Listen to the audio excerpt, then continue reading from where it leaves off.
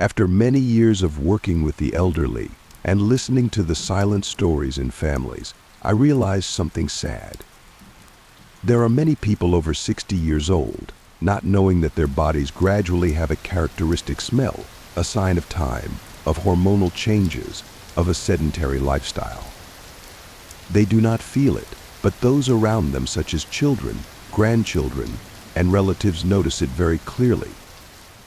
And if not sensitive enough, unintentional reactions such as opening windows, avoiding contact, can make the elderly feel isolated, hurt, even withdrawn in their own home.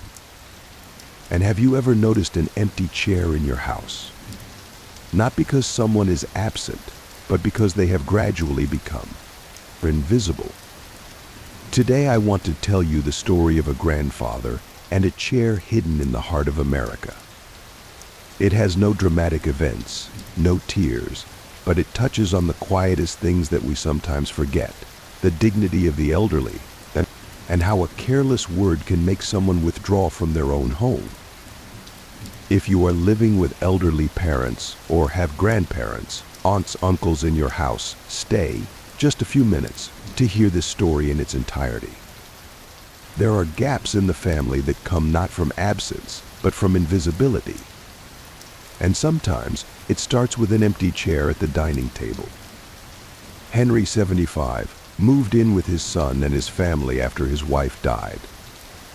The house is on the outskirts of Portland, Oregon, where winter porches are covered in frost and evenings around a cozy dinner table are often the only thing keeping the elderly from feeling left out. He doesn't ask for much.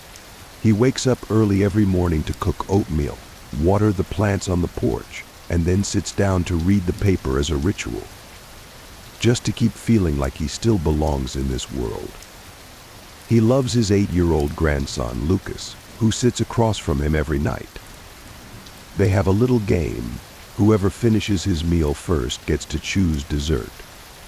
It's the only thing in the day that makes him feel invisible. But for the past 3 days, the chair across from him has been empty. No children's laughter, no sparkling eyes waiting for him to pick up the tenderest piece of stew. On Tuesday night, he asked softly, "Where's Lucas? Why haven't you been eating with me lately?"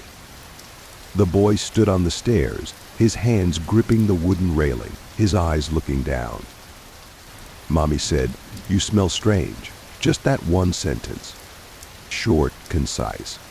But it was like someone had pulled the last nail from the suspension bridge between him and the rest of his family. He said nothing more. No reproach. No reaction. Just nodded slowly, then continued eating as if the words had not touched him. But that night, for the first time, he did not come to the table. He said, "Tired." Just one word, enough for everyone to ignore. For old people, fatigue is normal. But the real fatigue lies not in the body, but in the fact that one suddenly feels that one no longer has a reason to be present. From that day on, he scrubbed more carefully in the bathroom, changed the soap, washed his sweater, sniffed his wrists when no one was looking. But the feeling of being judged by the person he loved the most, nothing could wash away. He began to withdraw, to speak less, to smile less. He would sit for hours looking out the window, where the small garden was covered in frost. On rainy days, he would quietly go out just to wipe the bricks of the walkway, as if trying to clean something inside that he couldn't name. Emily, his daughter-in-law, didn't notice. She was busy with a packed schedule, with lunch boxes for Lucas, work emails sent at close to midnight. David came home late, often just having a quick bite to eat and then burying his head in his laptop. No one really noticed how long he had been away from the dinner table. No one asked. No one knocked on his door. Only Lucas, the seemingly carefree 8-year-old, occasionally glanced toward the hallway. Every time he passed by his grandfather's door, his eyes would pause for a moment, hesitant, wanting to ask something but not daring, wanting to knock, but his little hands would retract. A week passed, as quietly as if his silence were normal. On Sunday evening, the family meal continued as usual. The sound of forks lightly touching porcelain plates, the sound of the TV in the next room. But the chair opposite Lucas was still empty, and the light in his room remained on late into the night, casting a flickering yellow halo on the wooden floor. Inside the small room, Mr. Henry sat quietly on the bed, his eyes fixed on the darkness of the hallway. Then, as if by an old reflex, he stood up, quietly walked to the cleared dining table, and placed his hand on the back of the chair where Lucas had sat. His hand was shaking, not only because of his old joints, but because of something deeper that was cracking inside him. Was he still a part of this family? Or was he just a guest, silently counting down the last days of his life in a house that no longer called his name? The wind whistled through the crack in the door and into that room. The old man stood still, his hand on the empty chair, as if trying to hold on to the warmth from the days when he was still called by his familiar name, Grandpa. The next morning, the weak sunlight filtered through the thin curtains, gently brushing the neatly folded sheets. Mr. Henry stood up slowly, each movement as if requiring a little more effort than yesterday. As he turned the pillow over to smooth the cover, a small piece of paper fell to the floor. It was a student paper, folded in four, the edges slightly curled as if it had been clumsily hidden from a child's hand. He picked it up and opened it. Inside was a line of pencil writing, scribbled but full of effort. "I'm sorry, Grandpa. I missed you at dinner." He read it over and over again, his eyes blurred with tears or old age. For the first time in many days, he smiled. But it was not a happy smile. It was the smile of someone who knew he had not been forgotten, even by a child. There are apologies that cannot undo the past, but are enough to hold together a heart that is slowly closing. And sometimes what an old person needs is not service, but the feeling of being seen, heard, and sitting at the table as a complete person. Sometimes we say a harmless sentence, then move on as if it were nothing. But for the old, those who have gone through their whole lives to reach us, that one sentence can push them back a kilometer. A child can apologize and bring his loved one back. But not everyone is brave enough, and it is not always in time. Don't wait until the chair is empty for too long. Then realize that a heart has quietly closed. If you find this story touching something in you, please share it. Who knows, it might make someone look back and save their loved one before it is too late. Have you ever experienced this situation?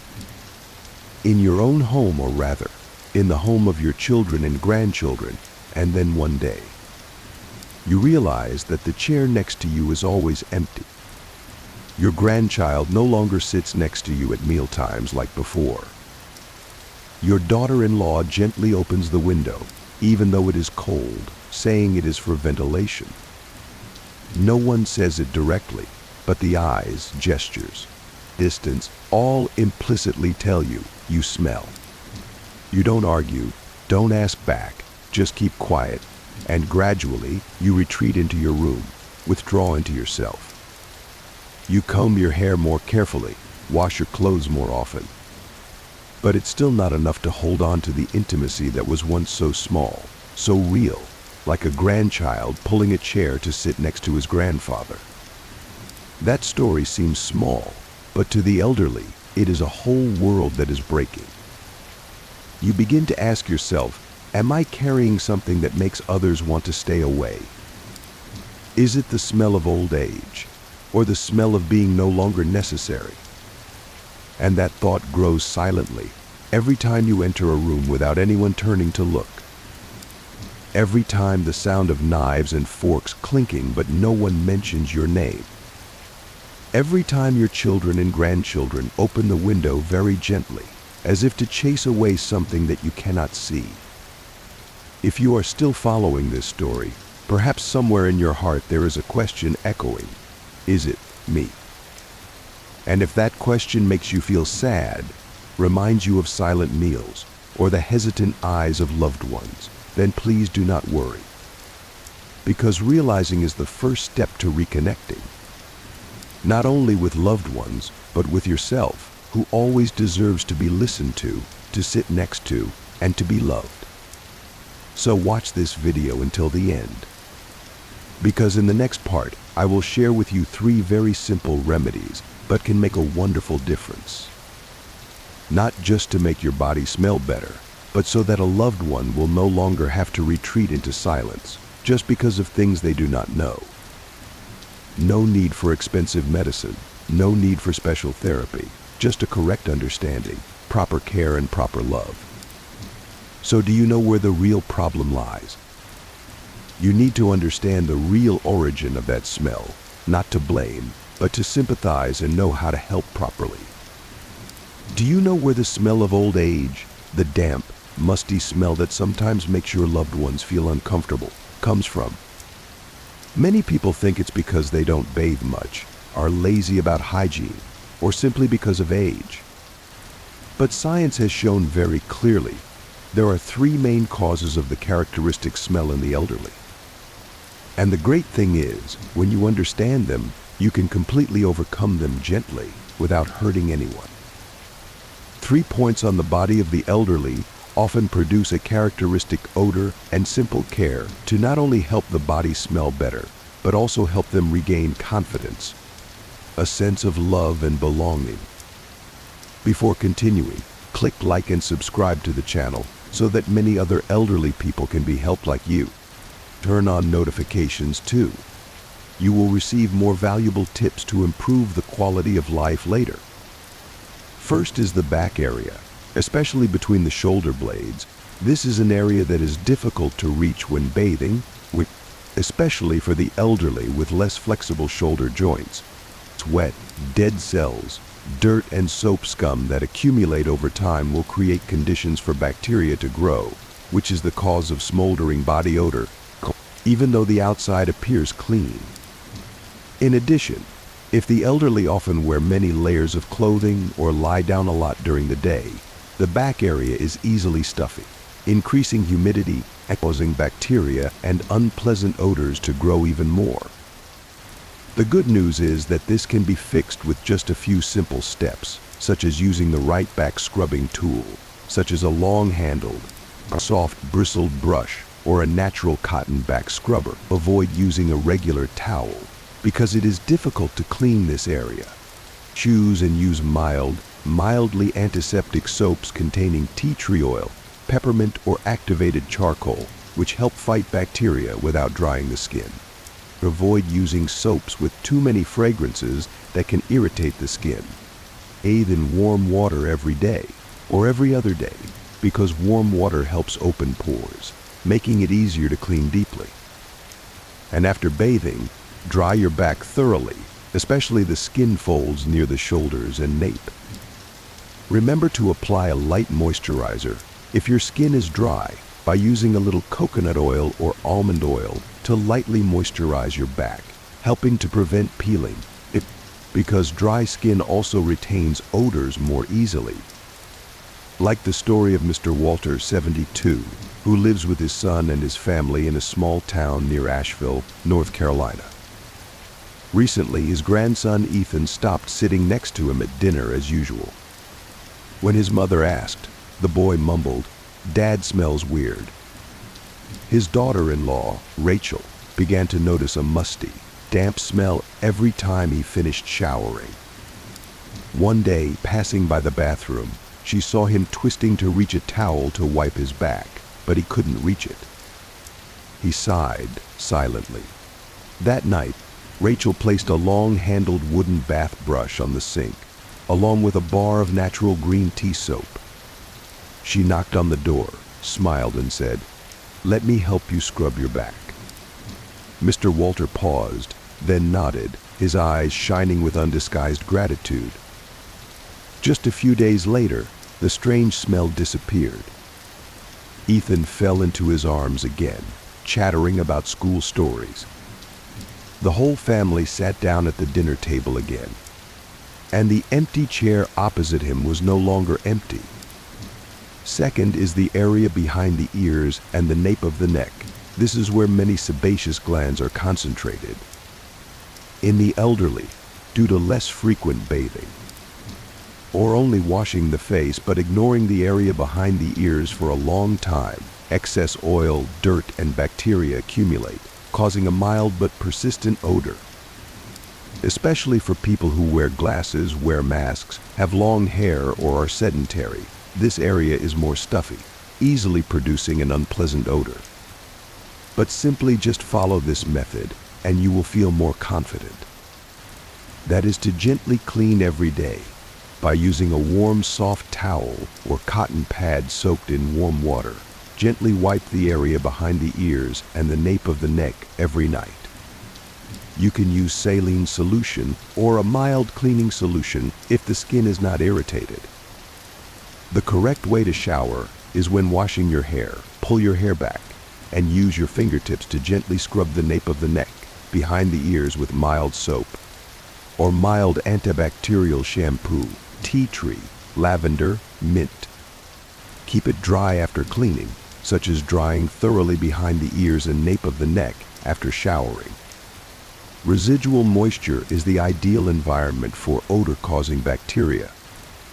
And remember to cut your hair neatly and keep your neck area dry.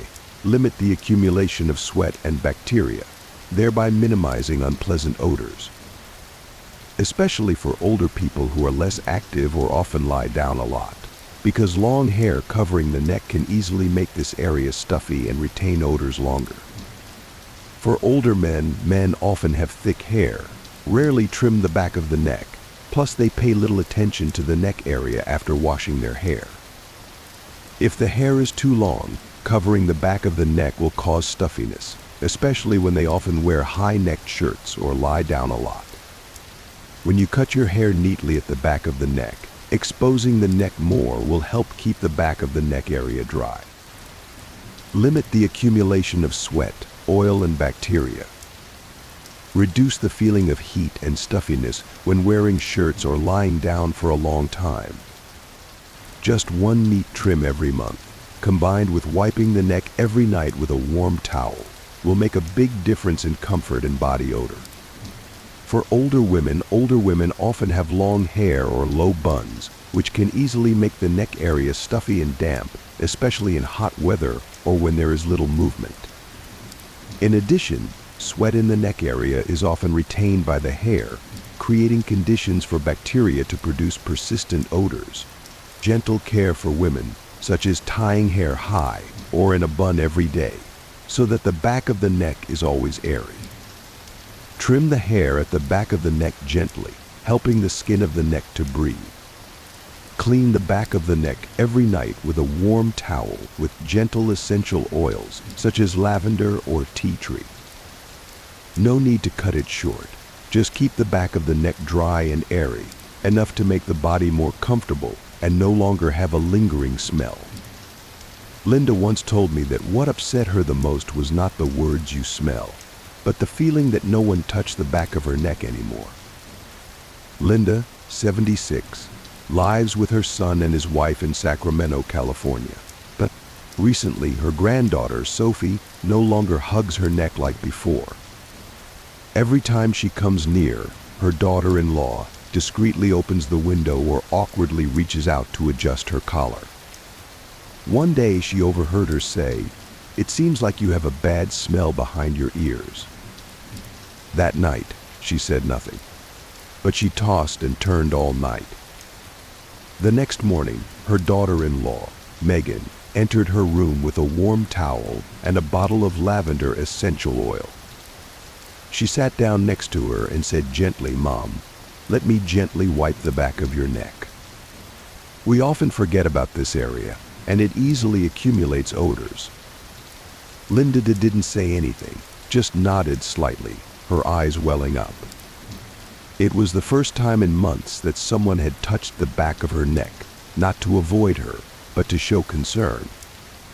From that day on, every night Megan helped her wipe the area behind her ears with a warm washcloth mixed with essential oils.